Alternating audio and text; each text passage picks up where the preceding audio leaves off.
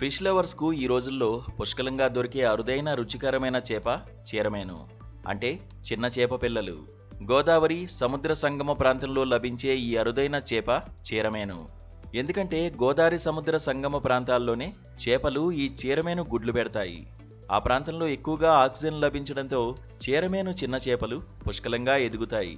తెల్లగా నిగనిగలాడే ఈ చీరమేను చేపలు మహారుచిగా ఉంటాయి. పూర్వం రాజులు వీటిని ఇష్టంగా తినేవారట. వీటిని కేజీల లెక్కన అమ్ముతారు. ఈ చేపలను చీరల్లో పడతారు కాబట్టి వీటికి చీరమేను అనే పేరొచ్చింది. ఈ చీరమేను చేపలను కొనడానికి యానాంకు మాంసాహార ప్రియులు వెల్లువెత్తిపోతారు. దీంతో సేరు అంటే కేజీ చీరమేను ధర 16,000 రూపాయల వరకు పలికింది.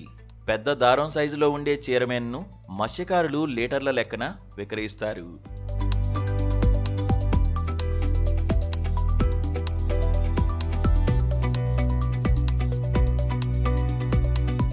తూర్పుగాలులు వీచే వేళ సముద్రం గోదావరి నది కలిసే ప్రాంతంలో ఇది లభిస్తుంది. ఈ సమయంలో నీటి అడుగు భాగం నుంచి అవి నీటిపైకి చేరుకుంటాయి.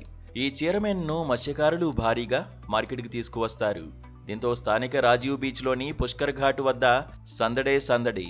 మరో వారం రోజుల పాటు ఈ చీరమేను లభ్యమవుతుందని స్థానికులు చెబుతున్నారు. ఈ చీరమేన్ను మసాలా దట్టించి వేపుడుగా చేస్తారు, పులుసు వండుతారు. అలాగే చింతకాయ తొక్కుతో కూరగా కూడా వండుకుంటారు. దీనిని గారెలతో కలిపి తినేందుకు మాంసాహార ప్రియులు అమితంగా ఇష్టపడతారు.